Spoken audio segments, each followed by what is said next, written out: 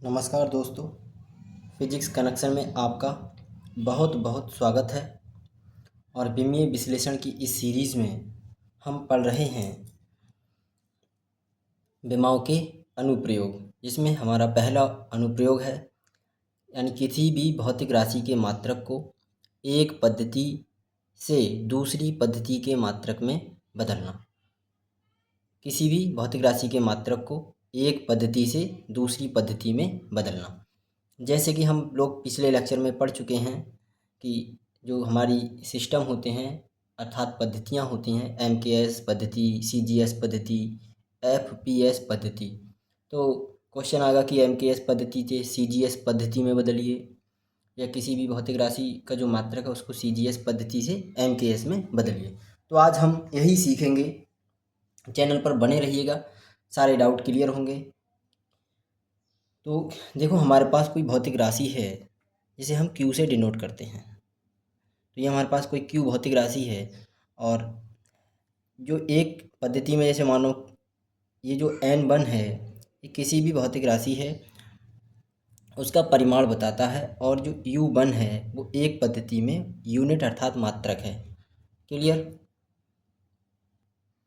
तो एक पद्धति जैसे हमारे पास कोई भौतिक राशि q है, और यहाँ पर जो n1 है वो उस भौतिक राशि का परिमाण है, और जो u1 है वो एक पद्धति में मात्रक है बराबर।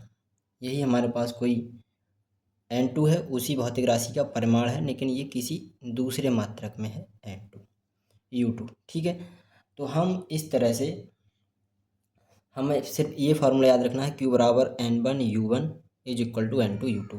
हम इस तरह से भी लिख सकते हैं n1 और ये u1, और इसको स्क्वायर ब्रैकेट में लिखेंगे बराबर n2 u2। क्लियर? अब समझ में तो एक एग्जाम्पल के द्वारा ही समझ में आएगा। तो हमारे पास जो पहला मात्रक है, पहला क्वेश्चन है। तो क्वेश्चन है कि 1 न्यूटन को डाइन में बदलिए। 1 न्यूटन को डाइन में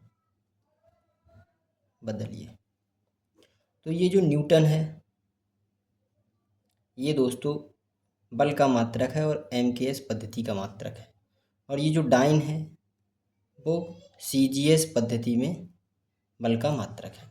तो हमें 1 न्यूटन को डाइन में बदलना है, अर्थात विमीय रीति से ये बताना है कि 1 न्यूटन बराबर कितने डाइन। ठीक है, तो हमारे पास भौतिक राशि जो है वो है फोर्स अर्थात बल। ठीक है, तो जो बल का विमीय सूत्र होता है, वो होता है mL/t-2। तो हमारे पास दो पद्धतियां हैं, एक है एमकेएस पद्धति और दूसरी है हमारे पास सीजीएस पद्धति। तो हम एमकेएस पद्धति तो माना बल का, या माना एमकेएस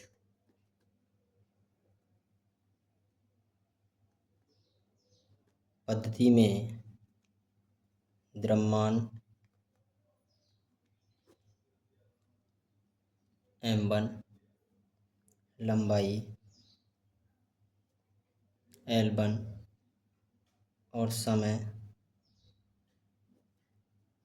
t1 है। क्लियर? तथा सीजीएस पद्धति में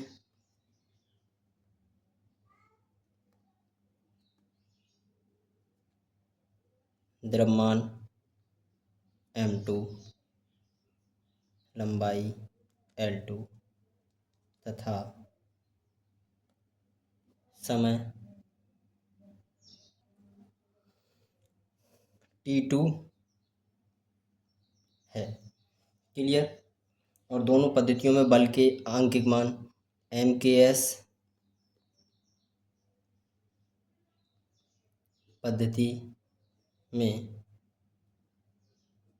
बल का आंकिक मान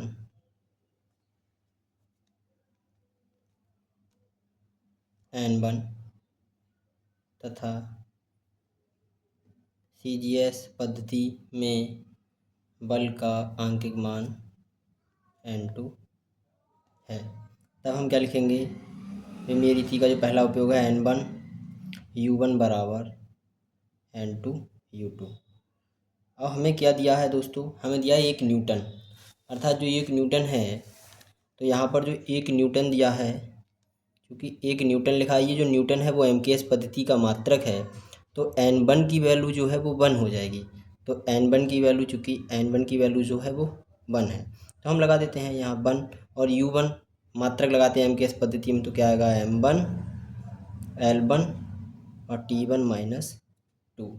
क्लियर, बराबर N2 की वैल्यू बतानी है U2, तो M2 L2 और T2 ये -2। जब N2 बराबर लिखेंगे तो लिखेंगे M1 L1 T1 -2, और ये N2 के साथ गुणा में है, सामने आएगा तो भाग में आ जाएगा, तो M2 L2 T2 -2। अब क्या करेंगे देखिएगा दोस्तों, यहाँ लिख लेते हैं, अभी यहाँ लिख लेंगे, तो लिखेंगे M1 बटे M2 L1 बटे L2, और यहाँ पर लिखेंगे तो T1 बटे T2, और इसकी पूरे की पावर कर दे रहा है -2। ठीक है, अब देखिएगा N2 बराबर लिखेंगे, तो यहाँ देखिए M1 जो है वो MKS पद्धति का मात्रक अर्थात किलोग्राम है, तो यहाँ पर N1 की वैल्यू 1 थी, 1 से मल्टीप्लाई करते हैं तो यही आता है, इसीलिए मैंने 1 को छोड़ दिया है। तो यहाँ पर M1 जो है वो किलोग्राम में है, M2 जो है वो ग्राम में है, L1 जो है वो मीटर में है, और ये L2 जो है वो सेंटीमीटर में है। T1 जो है वो सेकंड में है, और यहाँ भी सेकंड में है। तो दोस्तों ये सेकंड से सेकंड कैंसिल हो जाएगा, इसको छोड़ देंगे। बाकी देखिएगा, कन्वर्ट कीजिएगा तो किलोग्राम को ग्राम में कन्वर्ट करेंगे तो 1000 ग्राम, ये नीचे भी ग्राम है। मीटर है, मीटर को सेंटीमीटर में कन्वर्ट करेंगे तो 100 सेंटीमीटर, और नीचे ये सेंटीमीटर। सेकंड से सेकंड कट गया है, तो अब इसको जब लिखेंगे तो देखिएगा दोस्तों क्या आएगा। देखिए दोस्तों, जब सॉल्व करेंगे तो ग्राम से ग्राम कैंसिल हो जाएगा, सेंटीमीटर से सेंटीमीटर, तो केवल N2 की वैल्यू आएगी, तो N2 बराबर ये हो जाएगा मेरे पास 1000, और गुणा ये मेरे पास 100 या 100, तो N2 बराबर 1 2 3 4 5 10 की पावर 5। क्लियर। अब हमने लिखा था Q is equal to N1 U1 बराबर N2 U2। तो N1 की वैल्यू कितनी थी, वो थी 1, और U1 जो था वो न्यूटन था, इज इक्वल टू N2 की वैल्यू आई है 10 की पावर 5, और U2 जो था वो CGS पद्धति में डाइन था, D/NE। तो यहाँ से हम लिख सकते हैं 1 न्यूटन बराबर 10 की पावर 5 डाइन, 1 न्यूटन बराबर 10 की पावर 5 डाइन। तो दोस्तों इस तरह से हमने देख लिया कि किस तरह से एक पद्धति के मात्रक को दूसरी पद्धति में बदलते हैं। 1 न्यूटन बराबर 10 की पावर 5 डाइन। आशा करता हूँ आप लोगों को समझ में आया होगा। धन्यवाद।